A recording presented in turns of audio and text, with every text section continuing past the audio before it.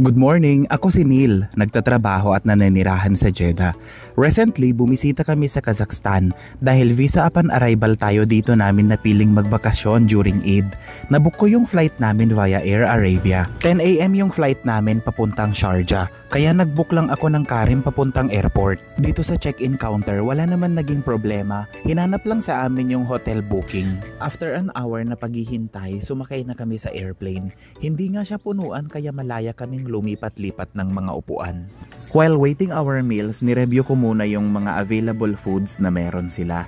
Mayroon din silang SkyTime Entertainment. Bale mag-connect ka sa kanilang wifi and mag-direct sa kanilang website.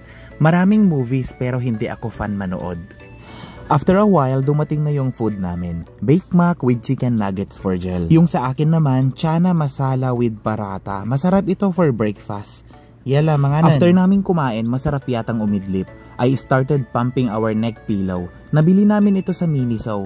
Napaka-handy nito dahil space saver siya. Bale 2.5 hour lang yung flight namin from Jeddah to Dubai. And then meron kaming 7 hours layover doon. Ang haba, grabe. So far, meron namang other option. 50 minutes layover. Kaya lang, hindi namin ito kinuha kasi baka maiwanan kami ng plane dahil sobrang maiksi yung time. Then lumapag na kami dito sa Sharjah. Nakadalawang kape ako dahil sa haba ng aking paghihintay. Tapos hindi ko na rin mabilang yung mga eroplanong lumapag at lumipad. Ang sarap din palang tumambay dito. That's it for today. Thank you and God bless.